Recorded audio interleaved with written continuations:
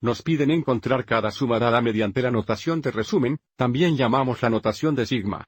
Así que comencemos con una revisión de esta nota antes de encontrar estas dos sumas. La notación de resumen o la notación de sigma dadas aquí representan la resumen de términos generados a partir de una fórmula o una regla. Entonces, en fórmulas, podemos pensar en una nota de resumen como una máquina de agregar donde los términos que agregaremos se generan usando la fórmula A sub i, así que esta fórmula aquí está en términos de yo, y comienza en el valor de m, aumenta en 1 hasta que alcanza el valor de n. Una vez que encontramos los términos, entonces sumamos los términos. Mirando este ejemplo en la parte inferior, de nuevo, 2i es la fórmula que genera los términos que sumaremos. Y comienza por el valor de 1, aumenta por 1 hasta que alcance el valor de 4. Así que i tomará los valores de 1, 2, 3 y 4. Así que, cuando i igual 1, tenemos 2 por 1. Cuando i igual 2, tenemos 2 por 2. Cuando i igual 3, tenemos 2 por 3. Cuando i igual 4, tenemos 2 por 4. Encontramos los productos y luego encontramos la suma. Más formalmente, el símbolo de notación de resumen es la letra griega de capital, sigma, como vemos aquí.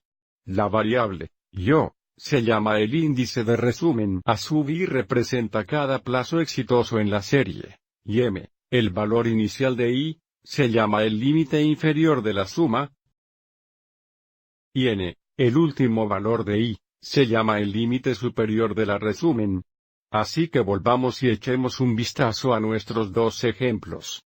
Otra vez, aviso como la variable, i, aquí coincide con la variable en la fórmula, y en este caso, i comenzará al valor de 1, y aumentará en 1 hasta que alcance el valor de 3. Así que i tomará los valores de 1, 2 y 3 para generar nuestros términos que sumaremos. Entonces, cuando i igual 1, tenemos 5 más menos 2 a la primera potencia.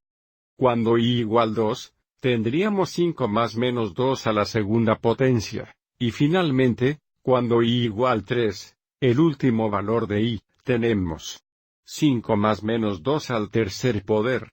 Ahora evaluaremos estos y luego encontrar la suma. Aquí teníamos 5 más menos 2 al 1.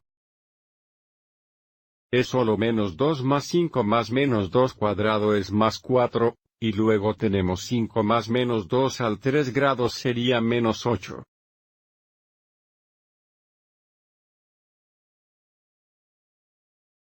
Cinco más menos 2 igual 3. 5 más 4 es igual a 9, y 5 más menos 8 igual menos 3.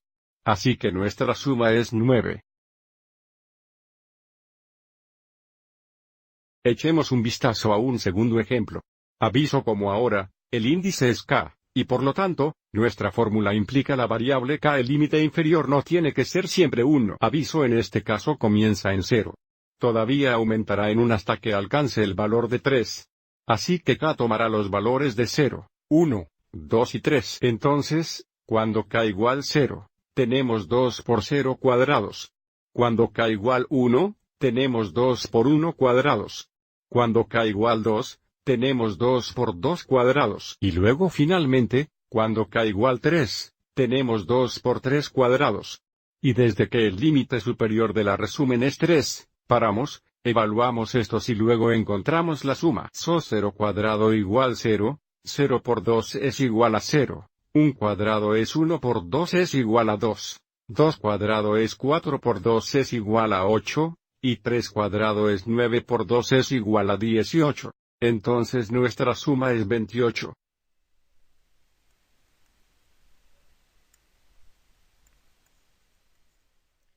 Miraremos dos ejemplos más en el siguiente video.